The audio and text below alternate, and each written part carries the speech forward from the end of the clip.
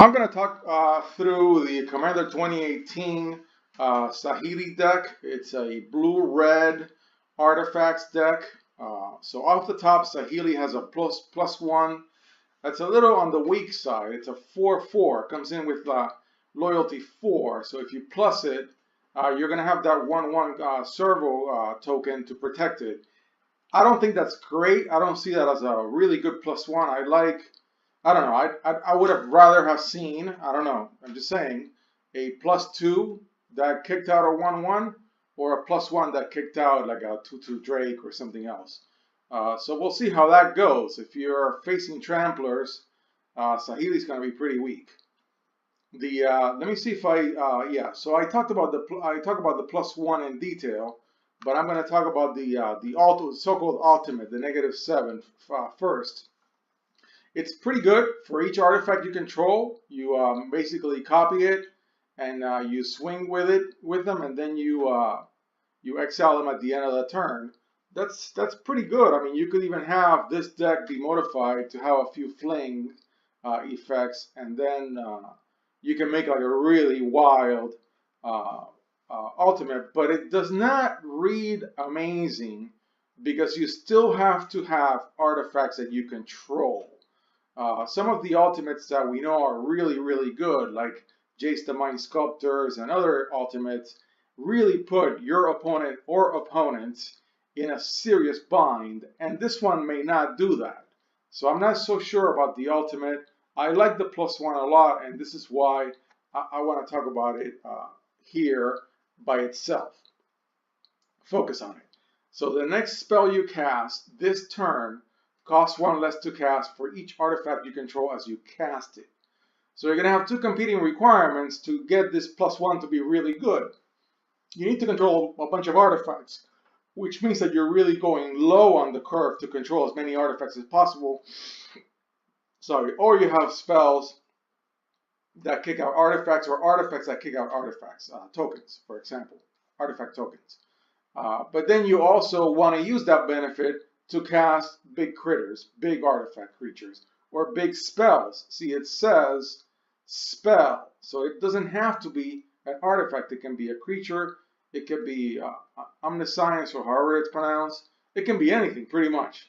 Now, as you cast it, means that it grows. So you cast something that's an artifact, well, now you have one more artifact, and so progressively you can cast bigger and bigger things if you're able to increase this number of artifacts that you control. I like it. I think it's very good. It's a very creative +1. I'm only worried about having to protect Saheeli, but I really like Saheeli. Okay, so the other commanders in the deck are Brutaclad, which is a 6-drop 4/4, gives your creature tokens haste. That's pretty good. Also, once after you drop it, at the beginning of combat, this thing's doesn't have haste. It's your creature tokens that have haste. So Brutaclad drops, and he's just there. He's gonna have summoning sickness. So when you go into combat with it, which would have to be the moment as you drop it, but it still has summoning sickness. So it's gonna have to be the next turn. You would create the token, and then make a copy of the biggest token. Make all your tokens as big as your biggest token, if that's what you choose to do. So I think, and I think I have it somewhere in here. You gotta figure out tricks to have big tokens. Okay, so you have to choose a token you control. So why don't you choose a 3/3 golem, and then all your 1/1s become 3/3 golems. So I really like this one, but it's a 6/4/4. So it looks like it's going to be a casual thing. Taunos is pretty aggressive. I mean, it's only blue-red, and it's got haste. And then you drop it, you pay blue-red, and you tap it. It's a little bit like Nif Misep minus the gigantic mana cost, where this blue-red ability, activated ability, mana ability, is really good. So you're going to copy target activated or triggered ability you control from an artifact source. I don't know, maybe you're getting mana out of a signet, you're going to get double that mana, and other cases. It's a little restrictive, but in the Commander world, there are so many artifacts with activated or triggered abilities that I think Taunos is bound to make for a really good deck, and I would even say better than Bruticlad. Because a lot of these precons, people rag on the precon and they say, oh, it sucks. It doesn't have, yet another copy of Wormcoil Engine, which is what I want, which the Goblin dude had. I have that deck. But really, these precons are meant for new players, number one, and are meant for you to expand on them. They're not like, oh, here's a deck, don't think anymore, don't learn anything about how to improve it, you're good to go. No, you're not. So in my case, if and when I get to buying this deck, which I think I will, I would take it and break it out into 4 different decks. I'd have a Saheeli deck, I'd have a Bruticlad deck, I'd have a Taunos deck, and then I'd have a Varchild deck. Varchild is a 3-drop, 3/3 human knight, and it is very creative because when it deals damage to a player, that player creates that many 1/1 survivor creature tokens. So you hit a player for 3. Let's just say you attack with this thing. Okay, you're giving that player 3 1/1 tokens. Okay, but those survivor tokens cannot block, and they can't attack you or a planeswalker you have control, but they can attack somebody else. So you're in a table with 3 other people, you smack somebody who you're effectively making an alliance with in some way, or you're hoping that that person also wants to hit the other 2 people at the table. You smack them for 3, they got 3 1/1 tokens. Say there's another player at the table who is open, can be attacked. This thing is a 3-drop, so that can happen. Then boom, one of your other opponents, it's getting smacked with the survivor tokens. You give this first opponent the one that got hit. Okay. Now when it leaves the battlefield, which is pretty cool, you get all those tokens back. I think it's a very creative design. Very creative design. Of course, if you name it as your commander, you're a mono red, which is perfectly fine. Because you have things like Act of Treason and the many variants of Act of Treason where you may not even have to wait for Varchild to leave the battlefield. You may just steal your own Varchild, okay? But it has to leave the battlefield, so you're gonna have to sack it, or it has to die in combat. I don't really know enough about that. We'll see, but I like the design. So of the 3, I think Taunos, in my opinion, can make for a pretty brutal deck for somebody who understands how to copy, target, activated, or trigger abilities from an artifact. I'm not that good at it, but I would love to play Taunos just to learn a little more about copying these things. It requires players to understand the rules, and I'm not as good at the rules as other people are. So I'm going to go first through the new cards. I'm already 8 minutes in. I don't want to make this a gigantic single deck review.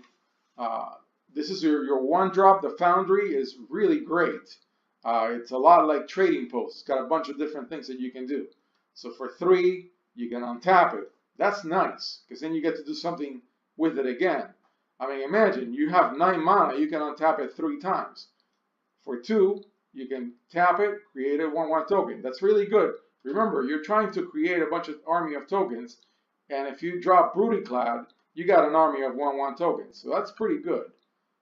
Then you can sacrifice one of those tokens, and you can give an artifact creature token. I'm sorry. You can sack it a servo, and you can create a Thopter with flying. So you can whack something that doesn't fly, and you get something that flies for 1 and tapping. Then you can tap it, sack it a Thopter, and you can create a 4/4 colorless construct. That's one of your 4/4 tokens for when you drop Bruticlad, I almost want to call them, and you want to make everything a 4/4. So there you go. Out of the gate, the first new card that we're talking about is quite the enabler. One of the things that I would like to mention after reading through the cards and going through all the decks as I made these PowerPoints that I use for these commentary videos, I think the quote-unquote money, where these decks are going to shine is in the new cards, and I like that. I think we have grown used. It's kind of like its own welfare system for players. Has made us very entitled to expect bomb reprints in these precons. And I actually like, incredibly enough, you may think this is crazy, but I like the fact that there really aren't any valuable reprints in any of the 4 decks that I could find. And I think what I like about that is the new cards are, in my opinion, in all these decks, somewhere in there, 1 or 2 of those cards are going to be runaway trains. That's my opinion.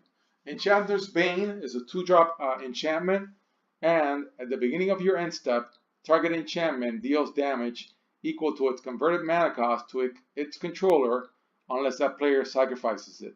This is, I think, a really good example of a card that fits the, hey, you got 3 friends, each one of you buys one of these precons and you're playing them, you're going to hit Estrid with this one. So you're going to hit the enchantment deck with this card. Endless Atlas, a 2-drop for an additional 2. Tap it, you draw a card, and you have to control 3 or more lands to do it. That's pretty good. I think the best one we have so far is Janime Toon at 4, and then 4 to get your land, and the new artifact that came out in M19 that does 3 for 3.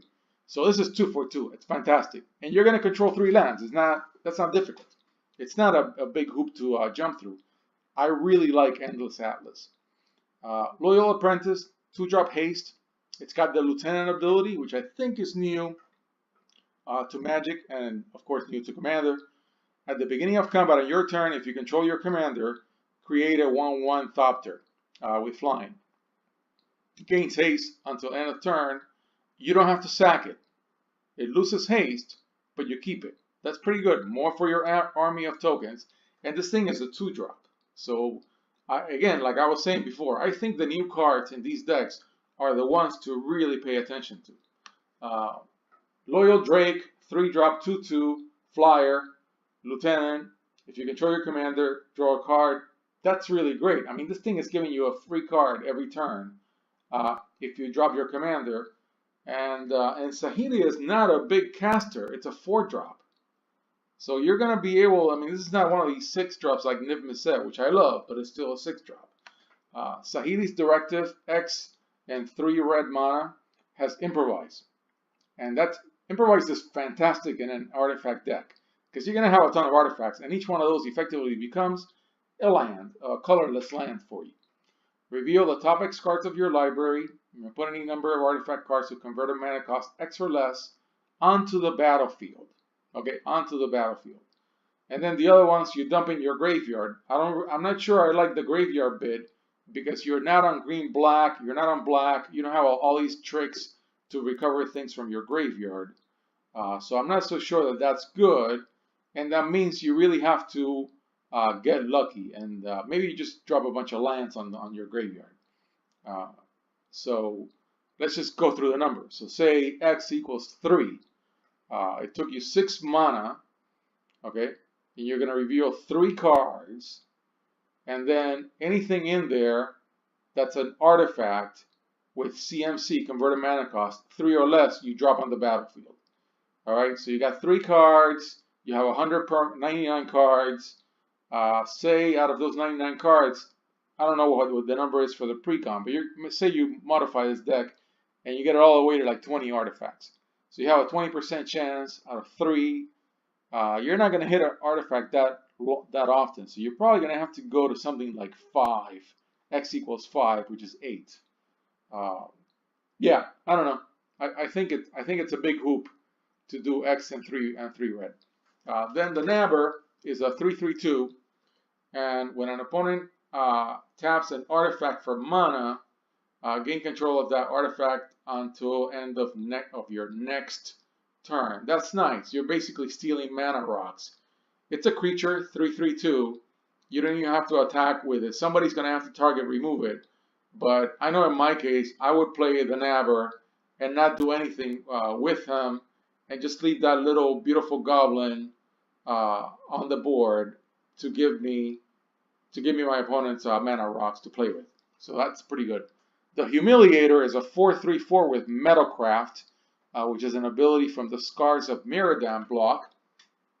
When it attacks, if you control 3 or more artifacts, typical of Metalcraft, control X number of artifacts, 3 or more in this case.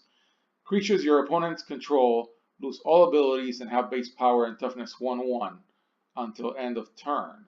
Now this is fantastic if you couple it with something that says creatures all opponents control get -1/-1, because then you basically it's a clever Metalcraft turn to frog. So it can be really, really powerful. I didn't see anything in the deck that made it super good. And so, for example, I would say for this new card, helpers from sets that have already been issued, here are examples. So Blazing Volley, for all of 1, deals 1 damage to each creature your opponents control. You just turn them into 1/1s. They're all going to die. Electrickery with Overload is the same thing. And Overload is a replacement cost, so you're not paying 1 red and then 1 red. I'm sorry, a single red and then 1 colorless plus 1 red. You're only playing the 1 plus red, and you do the same. So I'm very interested in this card because it's only a 4-drop in Commander, and boy, if you could modify this deck to include, say, these 2 cards, this could act as a board wipe, in my opinion. Yeah, I think so. And there's even more. There's Boiling Earth, which to boot has an awaken cost. It costs 2 instead of 1, but you know, that's pretty good. And I was just going to show Polymorphous Jest because it's kind of like a Vidalcan Humiliator for a single opponent. So each creature target player control becomes a 1/1 frog. I just wanted to mention it because as soon as I saw the Humiliator, I thought, I've seen this kind of card before, and there it is, the Jest. Beautiful artwork, bunch of frogs. Echo Storm. Now we're getting into the heavies for the new cards. Sorcery 5-drop, Echo Storm. When you cast, it's got the word storm in the title, should give you a hint. When you cast a spell, copy it for each time you've cast your commander from the command zone this game. You may choose new targets for the copies. Create a token copy that's a copy of target artifact. So yeah, great. Copy something. And so you're going to have a number. You've cast your commander from the command zone twice. Okay, well, you get 2 copies of the token, I think. And you may choose new targets for the copy. So you maybe copy 2 different artifacts. You may copy one person's artifact and then some other person's artifact. That sounds pretty good. I mean, and in Commander 5 is not crazy. I mean, in Modern, it has to be game winning, in my opinion, most of the time. But in Commander, yeah, that's pretty good. Geode Golem, which is in multiple decks, I think it's fantastic. It could be one of those cards that is a breakout. I'm not sure. It's a 5/5/3 Trampler. When it deals combat damage to a player, you may cast your commander from the command zone without paying its mana cost. It's already a 5/5/3 Trampler, but it's colorless. Say you put this thing in a mana ramp deck with green, and on turn 3 you have your 5 mana. You gotta drop it. It doesn't have haste. So turn 4, let's just say turn 4, this thing can deal combat damage to a player. It's got trample, so you can do that. You're gonna have to pick the weakest person in the table, but then boom, say you have a 6-drop commander, it's on the board, and it could even be something where you don't have the right mana, like Muldrotha, if you have a Peasant's mana base, and there you go. Coveted Jewel is a 6-drop. When it enters the battlefield, you draw 3 cards, and then when you tap it, you add 3 mana of any one color, which I believe is the same as Gilded Lotus. I think Gilded Lotus is a 5-drop artifact that when you tap it, you add 3 mana of any one color. It's almost like a permanent Black Lotus that costs a ton more, 6 more mana. But that's really good. You get 3 cards off the bat. I like it. It's great. The Ancient Stone Idol, which I believe is in more than just this deck, is a 10/12/12 critter. Costs 1 less to cast for each attacking creature, and it's got flash. So you're being attacked by 6 creatures. It's a 4/12/12. That's pretty good. The better part, in my opinion, of this dude is the colorless artifact part. So it is possible, if you want to drop the Voraclad legendary creature and you want to make all the current army of little tokens that you have as big as possible, it is possible to sacrifice this thing. So you drop it with flash, it dies. Of course, you also get the benefit. It dropped us a 12-12. Maybe you drop it and it gets hit with something with Death Touch. And then boom, now you got a 6-12. Next turn, you drop your Voraclad, make everything a 6-12 artifact creature with trample. I mean, everything of your little tokens that you've been creating all game long. Hopefully, you've been keeping them. Then, now we're getting into the main deck with reprints. I'm not sure Pilgrim's Eye really fits the Thopter theme. It's here for mana stabilization. I think it just so happens to be a Thopter. This is not a Thopter travel anyways. So I think I made a mistake by putting it in the Thopter theme.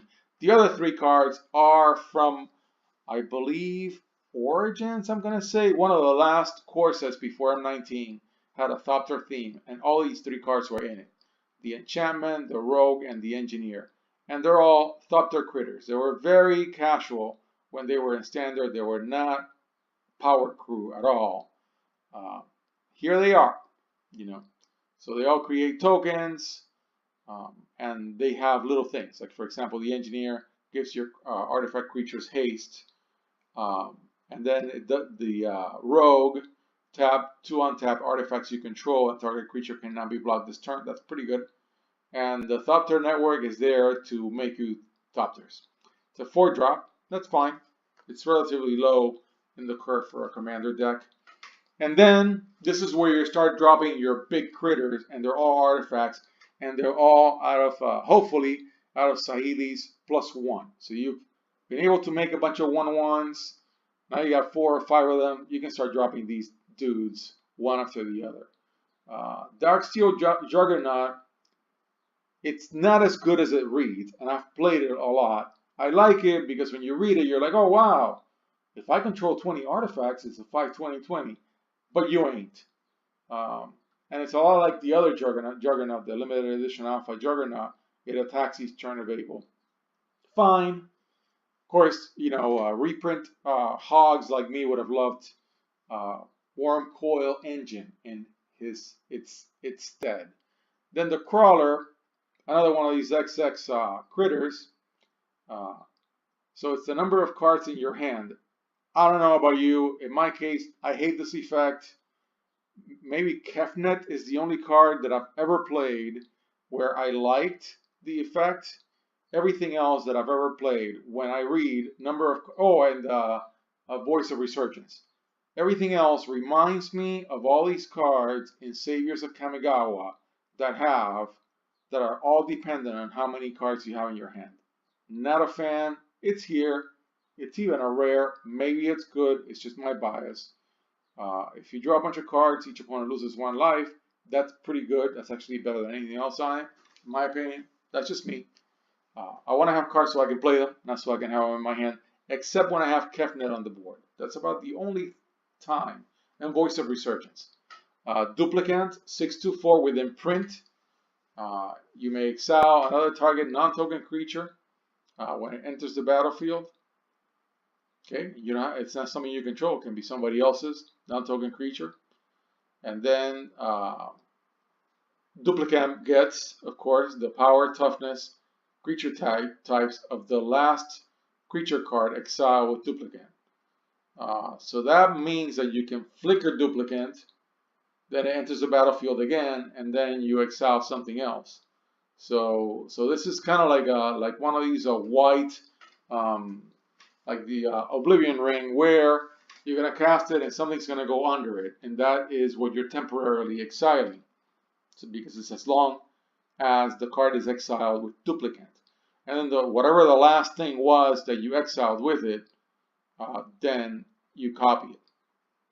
Okay, the engine, 6/6/6, and when it dies, deals 6 damage to target opponent on a Planeswalker, is fantastic. I loved it in Standard. It's a very casual card. This is not, in my opinion, one of the best 6-drops in the game. That happens to be Worm Coil Engine, which I'll mention, I don't know, every other 5 minutes when I talk about Commander. And if you don't like it, I'm sorry. It's just my bias. It cannot be blocked by creatures with power 2 or less. That's nice. It's a casual card when I played it, in my opinion. Okay, so then more large critters. The Sphinx, I didn't look it up, but I'm willing to bet it's from all those Esper, white, blue, black artifacts in Alara Reborn, the last set. It's a small set at the end of Shards of Alara. I think this is where this comes from. I could be wrong. It's a flyer, 6/4/4. It's a little on the heavy side, but when an artifact creature you control deals combat damage to a player, you can create a token. That's fine. That's good. Soul of Nephyrexia came out with the Doom engine in the same set, whichever one it was, whether it was M15 or Origins, and it's all right. You know, you gotta pay 5, and you get something indestructible, so you're protected for 5. And then if you exile it for 5, then everything, all your permanents gain indestructible. It's a way to protect yourself by exiling this. It's alright. It's a 6/6 with trample. Not bad. The Hellkite is really, really good. It gets reprinted a lot. Cards, but that's fine. We're here to play Magic for fun as casual players, in my opinion, at least in my case. 6/5/5 flyer, great already. For an additional 2, you can pump the living daylights out of it, and I have done that, and it's great. But the X ability for Steel Hellkite is the best one, and it makes the Hellkite really, really good. And I am still surprised how many games I have won with Steel Hellkite because my opponent did not read the card. You know, when it landed, of course it's been online, but they can easily read it. You just click on it. I am totally surprised that I'm able to wipe stuff out with the Hellkite, and I guess I'm able to drop it when my opponent cannot do anything about it. For X, destroy each non-land permanent with converted mana cost X, whose controller was dealt combat damage by Steel Hellkite this turn. You can only do it once. You know, it's a 6/5/5 flyer. You're gonna wind up doing it. I mean, if you've got a deck that can remove. So this is not that deck. This is a blue-red artifacts deck. But if you tear the living daylights out of this deck and you just put all these cards somewhere else, you put the Hellkite on kind of like a black something deck where you get to at least a couple of your opponents, at least one of them, you clear that person out pretty good. So you're going to hit the person, whatever's left on the board, and it's a non-land permanent. And they've got a bunch of enchantments, you whack them out. They got a bunch of artifacts, you whack them out. Great card in my opinion. Goes really well with Wormcoil Engine. And that's one of my old casual deck pet tricks that I used to do. Just Hellkite, Wormcoil, go to town. Thopter Assembly, 6/5/5 flyer. If you control no Thopters at the beginning of your upkeep, other than this one, return this to its owner's hand, and create 5 Thopters. That's fine. It's a good trick. It's an old card. More large critters. We're going to the top of the range. The Igniter is a 7/5/5 flyer with haste, and you can pump it by the number of artifacts you control more than once, which is really important. You can, if you can do the 1+ red twice, and you have 5 artifacts, you're giving this thing +10/+0. On a flyer with haste, that's really nice. The Battle Sphere, been reprinted a gazillion times. 7/4/7. When it enters the battlefield, you create 4 Mirror tokens. I love Mirror. I wish there had been a Mirror commander somewhere in one of these decks. Hasn't happened yet. I'm one of those dudes with the little flag saying, give me my Mirror commander. I really want one. Don't make him colorless, maybe. Because then I can play a bunch of colors with Mirror. When it attacks, you may tap X on tap Mirror you control, and then it gets pumped by those Mirror. And it deals that pump damage to the player or planeswalker it's attacking. It's pretty good. It's only a 7-drop. Bosch from I think it's from the original Mirrodin block. 8/6/7 with trample. You can even tell by how faded that red mana symbol is. All the cards from Miradan got really faded when they were printed. For 3 red, second artifact, Bosch deals damage equal to the sacrifice artifact CMC converted mana cost to any target. That's nice. Big critter. If Saheeli goes well for you, you can cast it for a lot less than 8. The same with the Inkwell Leviathan. It's got Island Walk. So this creature cannot be blocked as long as the defending player controls an island. You'd be surprised. That's actually pretty good. It's got Shroud. You can't do anything to it. Nobody else can either. And it's a Trampler 7/11. So you cannot like put an enchantment on it and make it like an 11/11 or something. Still, pretty good at the end of your curve. A few improvised cards, which is very interesting because in one of your possible teardowns of this deck to make it some other deck, you can turn it into a full-on improvised deck, which I think is a rather nice possibility. I've been playing the Reverse Engineer in some other deck that I have, and it's great. I mean, a lot of times I'm casting it for just blue and getting 3 cards. I have a bunch of artifacts in an improvised deck. I want to control some of them. The Thopterist, not so good. 5/2/2, creates 2 tokens. He's alright. I really like the Engineer. Draws cards, my favorite words on a Magic card. Spells, Into the Royal, 2 instant with kicker, 1 blue. Return target non-land permanent to its owner's hand. If it was kick, draw a card, that's the good part. I've played the return permanent thing so many times, and I've realized over the years I don't like it. So anytime that I see a return permanent thingy, that's a card I'm taking out when I improve on the deck. That's just me. Magma Quake, X red, deals 6 damage to each creature without flying and each planeswalker. That's fine. Why not? Do it. Chaos Warp, 3. Shuffles it into the library. Reveals the top card of the library. If it's a permanent, put it onto the battlefield. It can be tricky. You better make sure that whatever you put in the top of their library is one of their best, biggest things. Because if not, you just gave them the chance to substitute what you think is good for something that you will realize is way better. I don't like it. Just my opinion.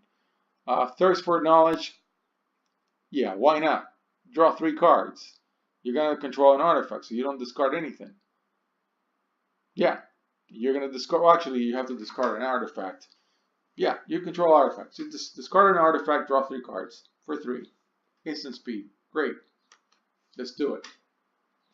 Ether Gale. So now we're into the spells. We were in the spells before too. Never mind. More. Return 6 target non-land permanents to their owner's hands. That's fine. It's a high count. 6, sure, for 5. I would much rather use the one from Gate Crash. I think it's an exec card where you overload it and you return everything. But I think it's only for one opponent. I don't have the card memorized. So I think this is fine. Tidings, 5, draw 4 cards. Why not? Sorcery, let's do it. Saheeli's Artistry, a little too heavy. You can choose one or both. So you can create a token as a copy of target artifact. It can be your Hellkite, which is not legendary. Okay, so let's look through your big critters. None of these big critters are legendary. So you copy them, except for Bosch. So except for Bosch, you can, with Saheeli's Artistry, create a copy of whatever big critter you just dropped. And then you can also, in the both, you can create a token as a copy of target creature, except it's an artifact. Well, if it's an artifact creature, I think you can do this twice. Yeah, you can take the artifact creature as an artifact that's copied, and then in the both, you can take the creature part of it. I mean, it's kind of useless to turn it into an artifact also, but it doesn't matter. Yeah, I think in this deck it's pretty good. Blasphemous Act is fantastic, of course. I mean, costs 1 less to cast for each creature on the battlefield. Think about it. For 1 lonely red mana, you can deal 13 damage to each creature. So somebody board wipes you, you're really down, you're bummed out, your other 3 opponents have a bunch of critters on the battlefield. Yeah, you drop Blasphemous Act. It's from Innistrad, I believe. Great card. What I call the usual suspects. This deck needs mana rocks. Soul Ring is in every one of them. Your Signet from Ravnica 1 block. Your Mind Stone, another great mana rock. And then you have a lot of artifact creatures, so you want to lord them with Chief of the Foundry. More usual suspects, more mana rocks, and your Ethereum Sculptor artifact spells you cast cost 1 less to cast. Why not? That's great. The Power Stone is a mana rock. Hedron Archive, or Hedron Archive, is another mana rock. And the boots will give something hexproof and haste, which is very good. It's a mainstay of many decks. Then your artifact suite at the low end. So these are the ones that are going to give you, hey, I control a bunch of artifacts. The claws, target player exiles a card from their graveyard. Then you pay 1, sack this, and you exile target card from a graveyard. Target player exiles a card. Okay, so you're tapping it, and you're exiling things from the graveyards that you're worried about. And then for a simple 1, you sack it, and you exile target card from a graveyard, and you draw a card. So it must be like you really need a card. Maybe you're mana screwed early game, and it's a 1-drop. You're like, okay, I won't be able to be exiling 1 by 1 every single turn from people's graveyards. Maybe if you play a late game, it looks like the tapping one is what you do. If you play an early game and you're kind of mana screwed, or your mana's not right, you want to draw an extra card, this will do it. The lens, mana rock for 1 colorless mana, add 1 more, and you get 1 mana of any color. That's nice. That's fine. Commander Spear, which is multiples of these decks. Tap it, add 1 mana of any color of your commander's color identity. That's perfectly fine in Commander.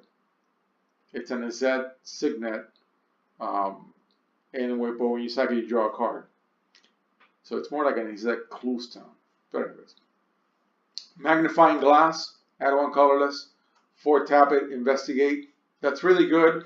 Mid-game, you're not getting your count for your number of artifacts or improvised. This thing will get your count up. I like it. I went up instead of going down. Sorry about that. Mimic Vat, which I honestly have not played enough to really describe it well. It's a good trick card. Imprint, whenever a non-token creature dies, you may exile that card. If you do, return each other card exile with Mimic Vat to its owner's graveyard. For 3 tap, create a token that's a copy of a card exile with Mimic Vat. Gains haste. I mean, it's pretty good. It got a ton of play when it was in Standard. I mean, you can create a token.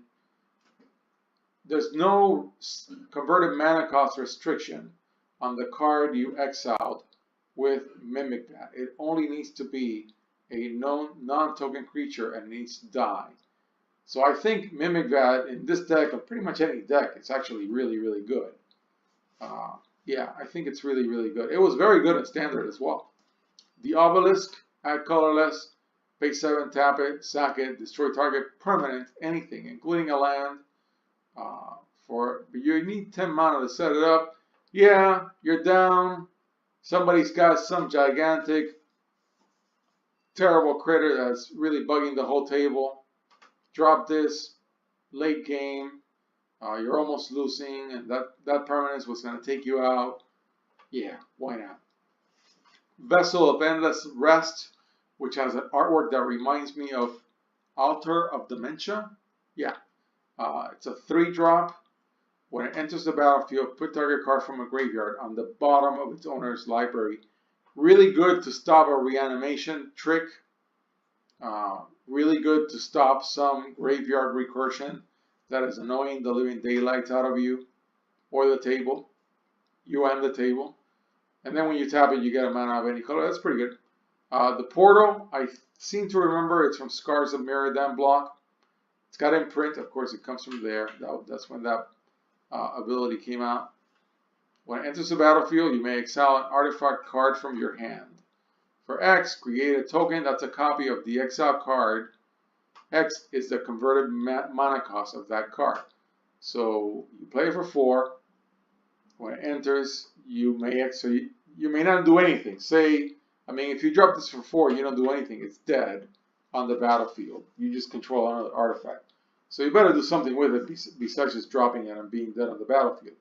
So you better have something that you want to exile and for which you have mana for its converted mana cost. So you can do this early and then set it up for later. And you will continue every time you tap it, every turn, if you can only tap it once, to create a copy of the exile card. I think it's great mid to late game. More great artifacts. The clock on tap are artifacts you control during each other's player's on-tap step. Oh, sorry about that. Hold on. Let me stop this and continue in part 2.